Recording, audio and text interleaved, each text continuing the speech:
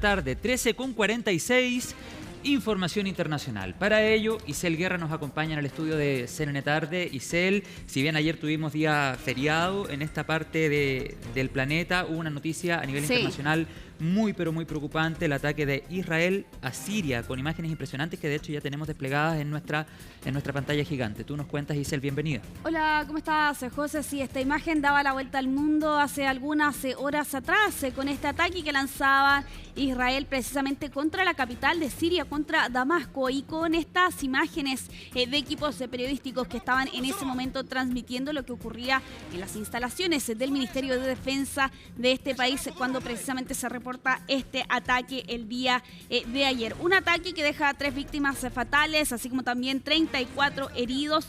Todo esto en medio de algunos enfrentamientos que se han vivido precisamente desde el fin de semana recién pasado, desde el domingo en rigor, entre los drusos precisamente que habitan en la zona sur de Siria, así como también contra las tribus beduinas, y allí precisamente estaban también realizando sus labores el ejército sirio, y es allí, a raíz de esa situación particular ocurrida en el sur de Siria, es que precisamente Israel también se involucra en medio de este conflicto. Bueno, a raíz de lo ocurrido desde el fin de semana recién pasado hasta la fecha, ya se reportaban casi 300 personas fallecidas en ejecuciones, en intercambios de artillería y también en ataques aéreos debido a lo ocurrido en esta región. Vamos a revisar el momento donde se reportaba una de estas explosiones transmitidas por lo demás por el canal de Al Jazeera el día de ayer. شباب في عندنا قصف، شباب قصف يا شباب، خذونا على الهواء، شباب قصف بسرعة بسرعة يا شباب خذونا على اللايف.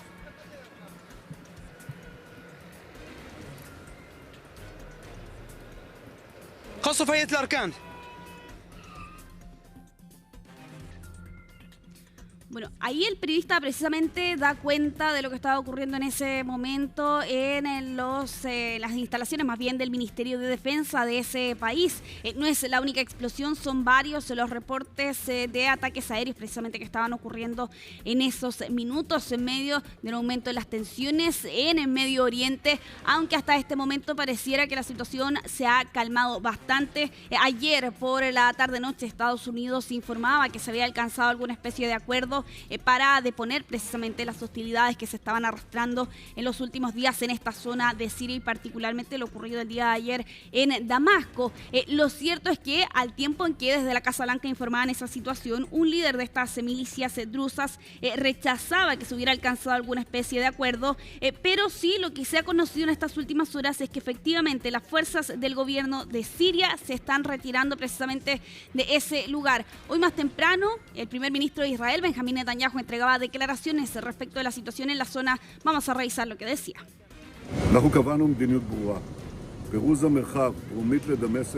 Hemos establecido una política clara: la desmilitarización de la región al sur de Damasco, desde los altos del Golán hasta la zona de las montañas drusas, es lo primero. Lo segundo es proteger a los drusos en las montañas drusas. Ambas fueron derrotadas por el régimen de Damasco. Enviaron tropas al sur de Damasco, a la región que debe ser desmilitarizada, y comenzaron a masacrar a los drusos. Eso no podemos aceptarlo de ninguna manera. Por lo tanto, ordené al ejército israelí que actuara, y que actuara con contundencia.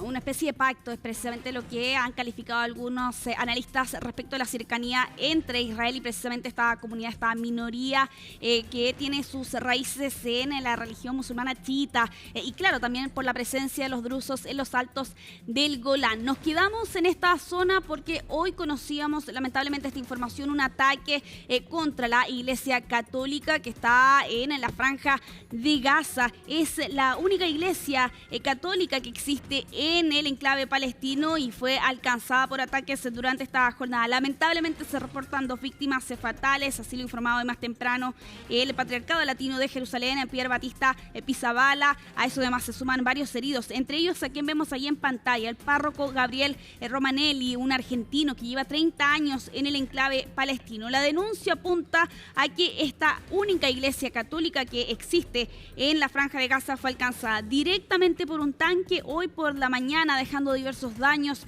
precisamente en ese lugar. El Papa León XIV reaccionaba también a esta información, aseguraba estar profundamente entristecido y reiteraba también allí su petición para alcanzar un alto al fuego inmediato.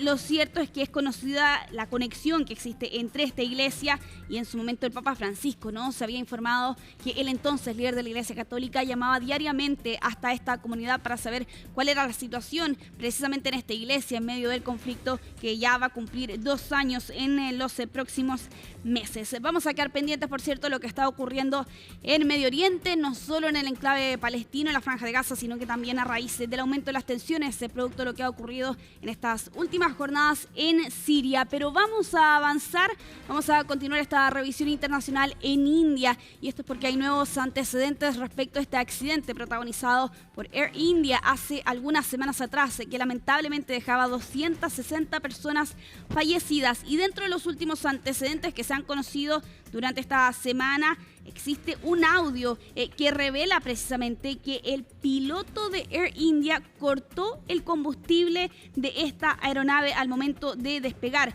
El fin de semana recién pasado se conocía una información que daba cuenta de los intercambios dentro de contenidos, más bien en la caja negra de esta aeronave que está siendo investigada. Y más recientemente, Wall Street Journal ha citado fuentes de manera anónima que entregan detalles de exactamente lo que dijeron el capitán de esta aeronave y el primer oficial. Aquí la conclusión que entregan estos mensajes es que el capitán a cargo apagó los interruptores que controlaban el flujo del combustible, y allí precisamente el primer oficial le pregunta al capitán que por qué había movido los interruptores, ha interrumpido tras el despegue. Ahí el primer oficial se muestra sorprendido y luego entra en pánico. Mientras, señalan estas fuentes conocedoras a las que accede Wall Street Journal, el capitán aparentemente habría mantenido la calma. 10 segundos después vuelven a la posición necesaria para hacer funcionar la aeronave, pero sin embargo el avión no logra revertir el vuelo que ya llevaba hasta ese momento, y es allí cuando uno de los dos pilotos, el cual no ha sido informado exactamente, emite esta alerta de Mayday. Y claro, toda esta información, particularmente estos detalles respecto de los diálogos que sostuvieron estos 12 pilotos, podrían ayudar a entender cómo es que precisamente ocurrió esta tragedia aérea ese 12 de junio. Lamentablemente, con casi la totalidad de quienes iban a bordo de esta aeronave, quienes se perdieron en la vida, excepto por una persona, el único sobreviviente detrás de esta tragedia. Pero eso además se suma también a la muerte de 19 personas que estaban en tierra, y es que precisamente esta aeronave impactó contra una facultad de medicina precisamente en esta zona de India, en la ciudad de Ahmedabad, lamentablemente con la que es ya considerada la peor tragedia aérea en los últimos 30 años en la historia de India, así como también una de las más graves que ha enfrentado la aeronáutica mundial en los últimos 11 años.